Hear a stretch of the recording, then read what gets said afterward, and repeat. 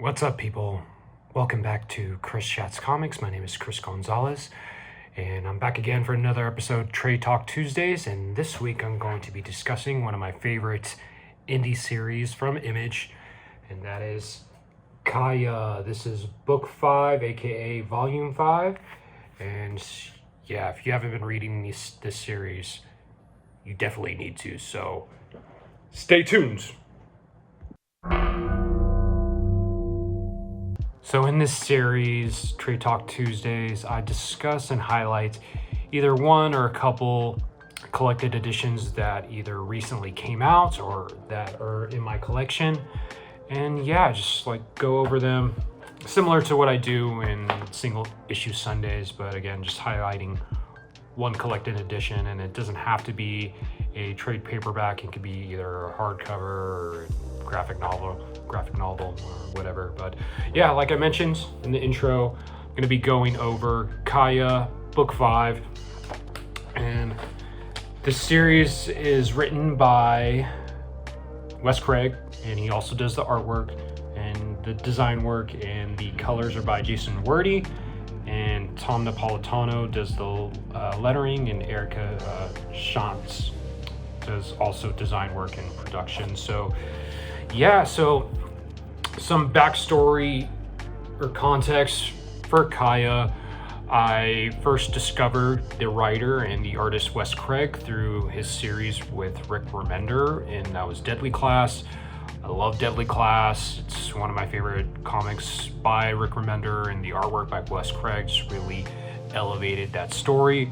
So when I heard that Wes Craig was doing his own thing and actually writing his own comic, I was intrigued because I love his artwork, and I heard great things about this comic, that anybody could read it and they could enjoy it. So I read like the first, I think, 3 trades, and then yeah, I fell in love with the series. It's just a fun fantasy adventure series about our main character Kaya and her little brother Jin as they travel the landscape and they're on a journey to get Jin to this particular place so he can fulfill his destiny. And it's like, you know, a magic wielding wizard essentially. So like always, I'm going to read the back excerpt on the book. So after the destruction of their village, Kaya, a young woman with a magic arm and a fighting spirit, was tasked with delivering her little brother to a faraway safe haven.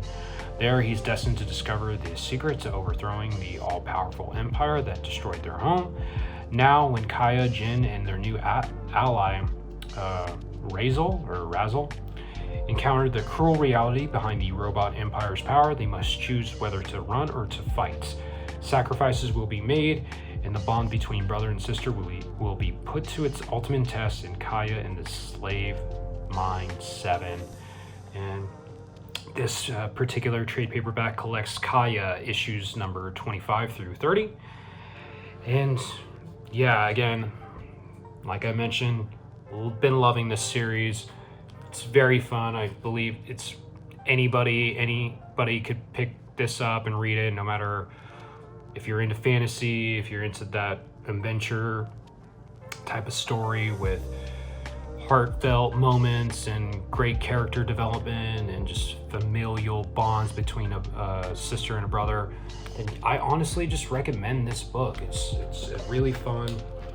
And even though it is for all ages, there are some dark moments within this book, but we're going to start with, there's a little prologue in the beginning, and it's just look at the artwork. Again, the coloring by Jason Wordie, really great. And it starts off with these, I think it's some type of like these bandits, I guess, from this particular section of the world called the Mutant Lands. And I guess they're trying to, this one guy, he's trying to gain power, and he has underlings, some sorcerers that told him like, hey, we need to go to this particular volcano where we can awaken this great dragon, and with the dragon, you can become king of the land essentially and rule the world. So this guy, they're on a journey. They're also being chased by. They make hints that they're being chased by Kaya and her friends. So, but Kaya doesn't show up in this particular prologue. Again, they're on the run. They're trying to seek out this volcano. And again, just look at the amazing artwork by Wes Craig.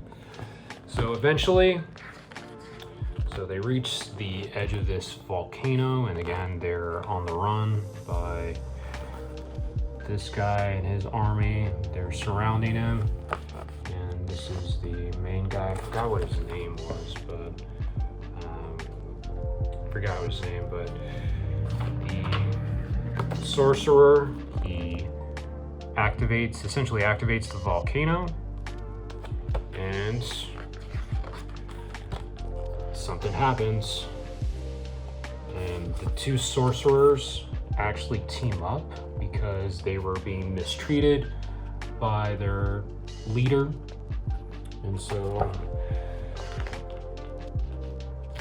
this is their leader, and he's just being extra arrogant. He knows that since the dragon's coming, he's telling everybody to bow to him. He's like, bow. Again, look at the artwork and the detail. But he gets eaten right there. And look at this. Love this double page spread. The dragon erupts from the volcano, and I think it spews like these fumes. It could be either acid. I don't know what's type of fumes are kind of coming out, but everybody is like suffocating. See, everybody's suffocating. So the two sorcerers who were wearing like gas masks, they're the only ones who survived, and they essentially take over this dragon, and they're going to be rampaging across the land. So that was the prologue. So the dragon, I think, is going to come into play in the story further down the line. There's little hints that in this trade paperback about the dragon, but yeah, dragon doesn't really come into play. But we follow up with this individual. She is a robot. They're part of the Atrian, and that's what the robots are called, the Atrian Empire. She's like she's like the head of it, and she's Mother Oracle, and she is pissed off because one of her generals was assassinated by another one of her minions, and I believe it's the minion who betrayed them is called Lord Vox, and he was also mistreated by the general that he assassinated. And yeah, it was Warlord Gorox was the general, and he was assassinated by Lord Vox. And again, Mother Oracle is pissed off, and Lord Vox had obtained this device that Gorox had obtained, and that was going to so Lord Vox has disappeared. Lord Vox does not show up here, so we don't know where his allegiances lie. Did he betray the is he full going rogue from the Atrian Empire? We're not sure, but she tasked this bird-looking robot.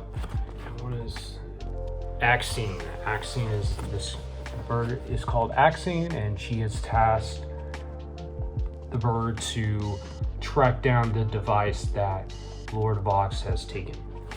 So that's where we end with the Atrians and what they're doing, and then we just cut back to this is Razel, and he's like he claims he's a demigod who's sworn to protect Jin, the little brother. He just obtains details about a location of an Atrian slave mine, and he tricks them, and then he has Kaya beat their ass, essentially. So throughout this whole few issues here, Kaya does not trust Razel. How do you pronounce? I'm gonna say Razel, but if I'm wrong, let me know in the comments. But she, in the previous volume, she had a vision with her future self, and her future self told her to not trust Razel. So throughout this volume, she just thinks something's off about Razel. She doesn't trust him. She just thinks he's in it for his own gains, and she just doesn't trust him. But her younger brother Jin, who is destined to become the Golden One, who is this powerful entity that uses his powers to wipe out the Atrian Empire.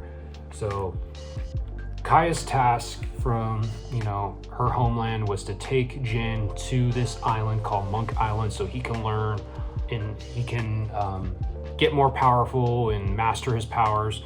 But this dude Razel, he is getting in the ear of Jin and telling him like, hey, the Atrians, they have all these slave depots everywhere, and those slaves, they don't need the Golden One down the road, they need the Golden One now. So he's trying to convince Jin and Kaya to help all these slaves out. But Kaya's just laser focused, and she wants to go to complete her mission in getting Jin to Monk Island. And again, she just doesn't trust Razel. So, but again,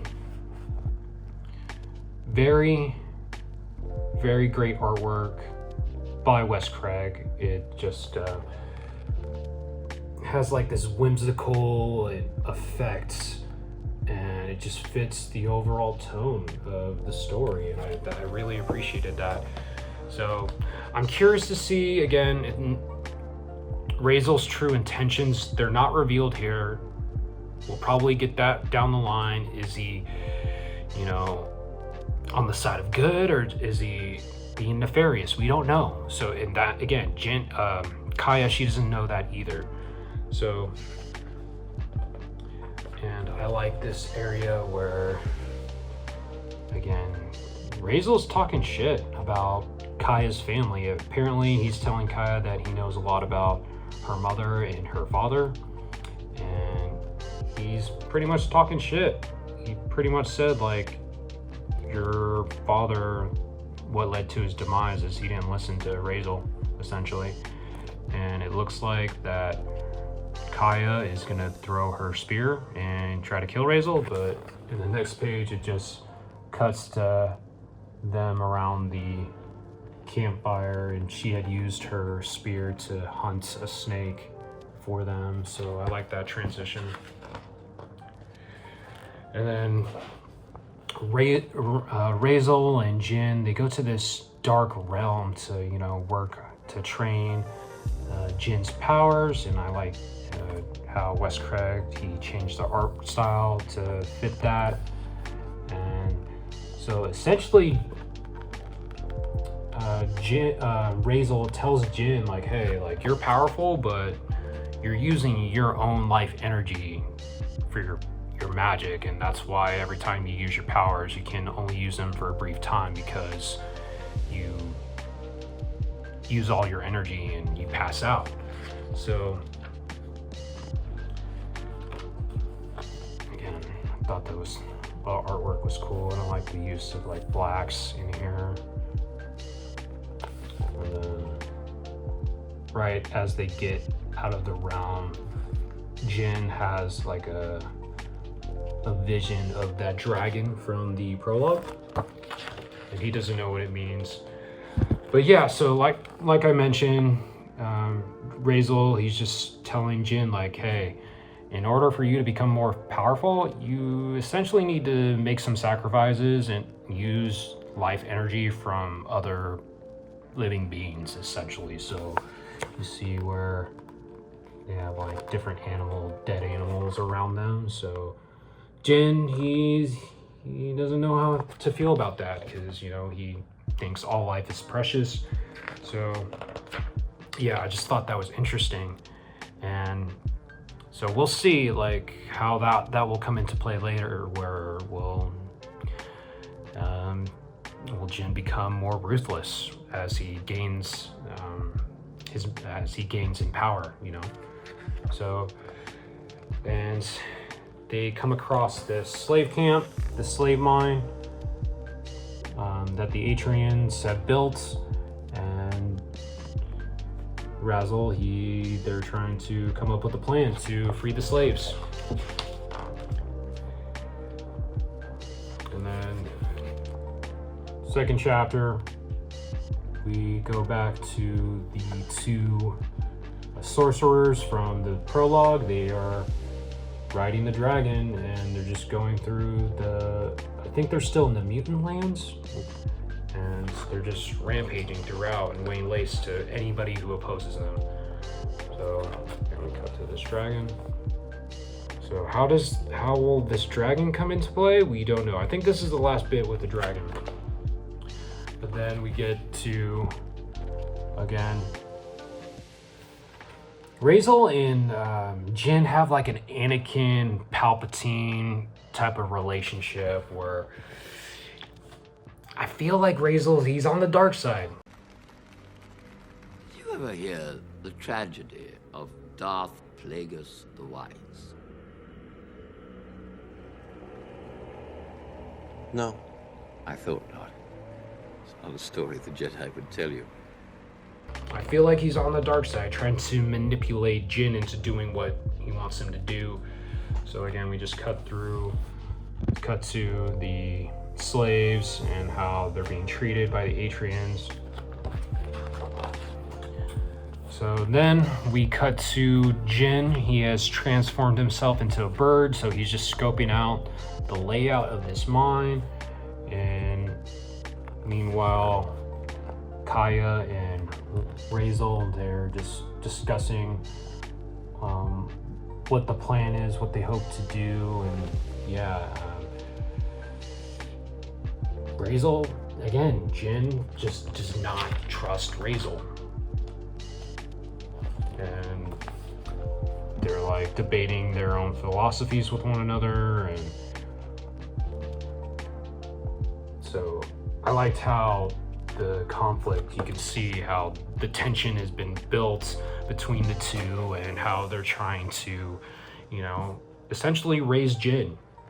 And then eventually someone comes up behind them, and then we don't know who it is yet, but it cuts back to in the slave barracks. Jin has infiltrated, and I thought this moment was pretty humorous, where he tries to act all stoic, but then he falls. But yeah, he's just letting the slaves know that he is, the golden one, and he's here to help them. And they don't believe him, but they're gonna come up with a plan. So again, he changes back and heads back to meet up with Razel and Kaya. But then it's revealed that the person who had snuck up behind Kaya and Razel was this character right here. Her name is Varia, I believe is how you pronounce her name. She appeared in one of the past volumes. I forgot which one, because it has been a while since I've read Kaya. And to catch up with this, I read the volume 4, but she wasn't in volume 4. So I think she was in volume 3 or 2, probably 3. But she had Kaya and Jin had come across her, and they assisted her with something. And they had to leave her, and so she came back though, to the surprise of Jin. So Jin's very happy to see her. But her and Kaya, they kind of had a falling out from the last time they saw each other. So Varia, let me look. So they have a discussion. Varia, confronts Kaya regarding what happened, and to be honest, I forgot what happened between them because it's been so long, but they don't have a good relationship at the moment. So Varya has sided with Razel, and again, they are just discussing what happened, and again, beautiful artwork. So, and again, Jin goes back to inform the slaves that they have a plan, and some of the slaves are skeptical of Jin's plan because they don't really know who he is, but one of the slaves, pretty much rallies the troops and tells them like, hey, this is our moment, we need to escape, essentially. So they agreed. So in third chapter, again, I lied, the dragon does come back, but it shows briefly that that dragon is continuing to rampage across the Atrian Empire. And look at this beautiful double page spread. I'm loving the coloring by Jason Wordy. So again, cut to Kaya, Razel, and Varya. Again, they're just going over the plan, and again, Varya just not appreciates Kaya, so Kaya and Varya agree to go hunting, but then get this double page spread of the layout of the slave mine, and they're just going over Razel's plan. Razel has developed a plan, and they go over it. Jin goes over it with the slaves. And Kaya eventually, again, right before they're, about to execute the plan, the night before, I believe, Kaya, again, throughout this book, she's just been skeptical of Razel, and she does not trust him based on the vision she had. And Razel eventually, they get into a little tussle, and Kaya just, again, being really skeptical, she's like, where were you where me and my brother were stranded in the desert dying? And Jin asks Kaya to stop, both of them to stop and just compromise and work together. And Razel then reveals like, hey, like, after we free these slaves, I'll just leave, and I'll leave you, and I'll leave Kaya, or he'll leave Kaya and Jin to continue their journey to Monk Island, and he'll just leave. Jin's not a fan of that. Jin is not a fan of that. So, but they go to sleep, and again, this panels right here is like, what's Razel up to? What is Razel up to? I feel like he's definitely, again, he gives off Palpatine vibes. The hate is swelling in you now. Take your Jedi weapon. Use it. I am unarmed. Strike me down with it. Give in to your anger. With each passing moment, you make yourself more my servant. And then in chapter 4, more moments with Kaya and Varya as they talk through their issues, and Kaya's just questioning Varya that, hey, like, why do you trust Razel? And Varya pretty much calls Kaya a hypocrite. Varya's like, hey, you betrayed me back when, we last dealt with each other, so why are you being so hypocritical, essentially, of Razel? So, again, it's the morning before the storm, and they go through the plan, and this part is very action-packed. I thought that this breakout sequence was just really exhilarating, and so the next few pages it's just them breaking out of the slave mine. And again, look at And of course, yeah, they came up with a plan, but of course something's gonna go wrong, right? Can't expect it to go perfectly. So eventually though, yeah, look at the artwork, just very dynamic and kinetic artwork by Wes Craig.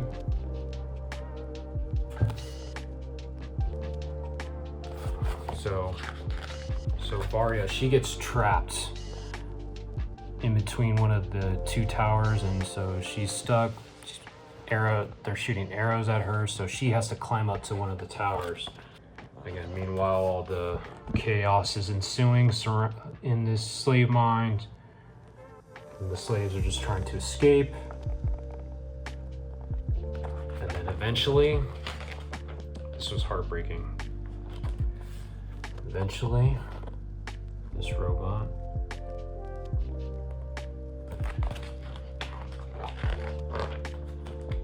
Varya gets killed, and this moment like really shocked me.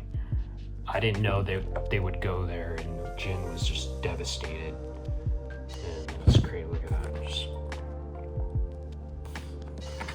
Varya's dead, and then Jin gets so upset. Jim just essentially hulks out, and he sees nothing but red, and he turns into this monster. And he just goes on a rampage and starts destroying all the Atrians and even the slaves. I think he kills some of the slaves that are like in his way. So him and Kaya, they get into a fight. Kaya's trying to calm Jin down, but Jin's just a rampaging monster. And I love this double page spread and the coloring just by Jason Wordie's just really perfection. The blue representing, Kaya, the red representing Jin in his raged out state. And I like how, since, red is, usually associated with, anger. So I like that just a position between the two. And yeah, so that was the end of the 4th chapter. And then the last issue of the volume, we go to a flashback during the birth of Jin. And I like how the colors are muted to showcase a flashback. And we have Jin's father, and this is Kaya and Jin's mother. So Jin is, crying, they don't know what to do, and then Kaya holds Jin, and Jin stops crying. So I liked how the flashback just showcases the nuance of Kaya and Jin's relationship. And then we flash back to the present. Jin is still going on a rampage, and then Kaya again is trying to get him to calm down and to stop, because again he's beating up on the slaves, the people he's meant to protect and save. So they're trying to cross this bridge to escape, and one of the ropes to the bridge breaks. So Kaya is holding on to one side of the bridge, and Jin is just beating the shit out of her. But she's still holding on so the rest of the slaves could escape. And eventually she has to let go because Jin's just beating her. But the rest of the slaves, they're able to escape the mine. And again, Jin is just reliving Varya's death, and that's what put him over the edge, and she's just wailing on Kaya, and he's just seeing red. But eventually, to incapacitate Jin, Kaya essentially knocks down one of the towers on top of Jin, and because of that, Jin transforms back into his normal self. He passes out essentially, and then Kaya Kaya passes out. Razel then comes up. Where's Razel been throughout all of this? Where has he been? He essentially takes Jin and says like, hey, like, we gotta free the rest of these slaves. Kaya, she'll be okay. She wanted to train with this particular village to get stronger, so she'll be fine. But essentially, Jin goes with Razel. Then again, cut to another flashback. Just thought this was really emotional moment. Just shows that deep down, Kaya loves her little brother and she just wants the best for him. But then they are going their separate ways. Jin is going with Razel to liberate more slaves, and then Kaya, I guess she's gonna go somewhere to train. And of course they're gonna meet up and get back together. But, you know, with Razel in Jin's ear now, is Jin gonna become more malevolent? So we'll see. And that was pretty much it. That was Kaya, book 5 or volume 5. Again, highly recommend. Wes Craig is doing phenomenal work on this. Again, if you like fantasy, if you like adventure, if you like the camaraderie between siblings. So yeah, if you just like good storytelling, then I highly recommend Kaya. This is book 5 again. Just catch up on the previous 4 volumes. I believe Wes Craig confirms that it will be going up to issue 50, so we still got a couple more volumes left, but yes, I couldn't recommend this comic more. Go read Kaya by Wes Craig. You won't regret it. And that was it. That is it. That was another episode of Trade Talk Tuesday, so thank you for those who are watching this video. Leave a like, share the video, subscribe to the channel if you haven't done so already. I mean, come on now. And yeah, so for next week, I will reveal what I'll be going over tomorrow on the next episode of New Talk, or New Comic Wednesdays, so be sure to check that out. And again, thanks for watching. Thanks for watching. And yeah, I'll be back. So my name is Chris Gonzalez, and this has been Chris Chats Comics, and I'm out.